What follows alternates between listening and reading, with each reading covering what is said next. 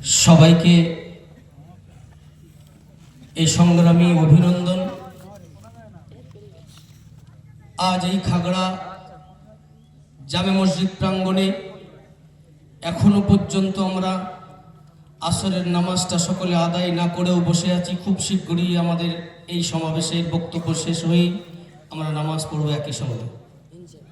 দেখছেন উপস্থিত আছেন আমাদের লেকচারার্স অ্যাসোসিয়েশন অফ বেঙ্গলের যিনি অবজারভার দায়িত্বে রয়েছেন সম্মানীয় পীরজাদা মহিবুল্লাহ হোসাইন ভাইজান।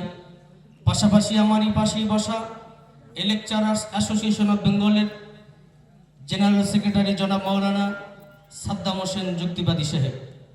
পাশাপাশি আমারই পূর্বে বক্তব্য দিয়েছেন আমাদের লেকচারার্স অ্যাসোসিয়েশন অফ বেঙ্গলের মুখপাত্র জনাব ডক্টর মাওলানা কামাল হাসান সাহেব। তৎসহ আরও সমস্ত ওলামায়ে কেরাম সকলেই আছেন।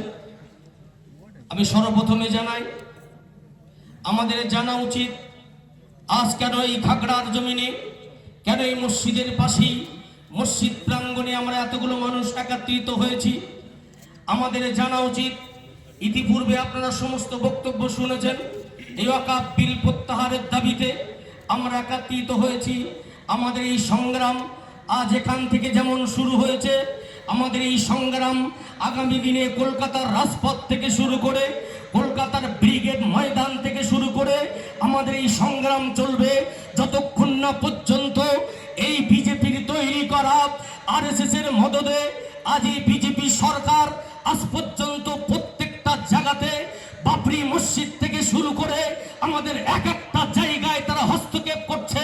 আমি জানিয়ে দিই, আমাদের লেকচারার্স অ্যাসোসিয়েশন অফ বেঙ্গলের পক্ষ থেকে আজ এখান থেকে আওয়াজ তুলতে চাই, আমাদের জীবনও যদি চলে যায় ওই দিল্লির জমিন পর্যন্ত, ওই এসি ঘরে বসে যেখান থেকে ঠান্ডা মাথায় বসে আমাদের এই ওয়াকফ বিল তৈরি করেছে, এই ওয়াকফ বিলটা যেখানে সংশোধন করে নতুন করে হস্তক্ষেপ করার চেষ্টা চালিয়ে যাচ্ছে, আমরা এই আওয়াজ তুলতে চাই। ততক্ষণ পর্যন্ত আমাদের এই সংগ্রাম চলবে যতদিন না পর্যন্ত এই কালা আইন যতক্ষণ না পর্যন্ত তারা শেষ করবে, ছিঁড়ে ফেলবে, বাতিল করবে, তত সময় না পর্যন্ত আমাদের এই সংগ্রাম চলছে, চলবে। নারায়ে তাকবীর, নারায়ে তাকবীর। আপনাদের জানা উচিত কেন একের পর এক বাবরি মসজিদ থেকে শুরু করে, 3 তালাক থেকে শুরু করে, বিশেষ করে এনআরসি, সিএ এইরকম বাছাই করে করে আমাদেরকে চিহ্নিত করার চেষ্টা করছে, আমাদের সম্পদের উপরে আঘাত আনছে। শুনে রেখে দেন, আপনাদের জানা নাই, এই তথ্যটা আপনাদের নেওয়া উচিত। আপনারা জানেন যে বিজেপি সরকার যার মদদে চলে সেটা হলো আরএসএস। সেটা তৈরি হয়েছে এখান থেকে ঠিক পিছনে 100 বছর পূর্বে, যার জন্ম হয়েছিল 1925 সালে 27শে সেপ্টেম্বর। এই আরএসএস সংগঠনটি সেই দিন তারা তৈরি করেছিল। এটা কত সাল চলছে বলেন? আজকে এটা চলছে 2025 সাল। এই 2025 সালে জেনে রেখে দেন 100 বছর পূর্ণ হতে চলেছে। আগামী সামনের সেপ্টেম্বর মাস আসলে, এই 27শে সেপ্টেম্বর মাস আসলে 100 বছর পূরণ হবে।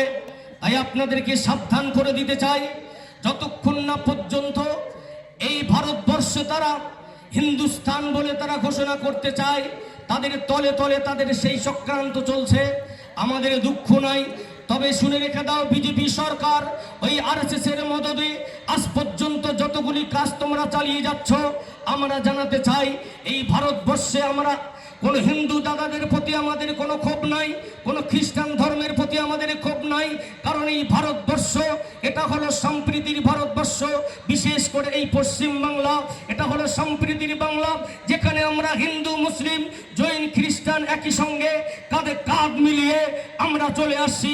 আর আগামী দিন পর্যন্ত, ততক্ষণ পর্যন্ত আমাদের যত সময় জান থাকবে, ততক্ষণ পর্যন্ত এই ভারতবর্ষের জমিনে আমরা জন্ম নিয়েছি। আর যতদিন না পর্যন্ত আমরা মৃত্যুবরণ করব, হিন্দু, মুসলিম, জৈন, খ্রিস্টান কাঁধে কাঁধ মিলিয়ে আমরা একই সঙ্গে বাঁচতে চাই। আমরা দাঙ্গা চাই না, আমরা শান্তি চাই। বিশ্বাস করুন।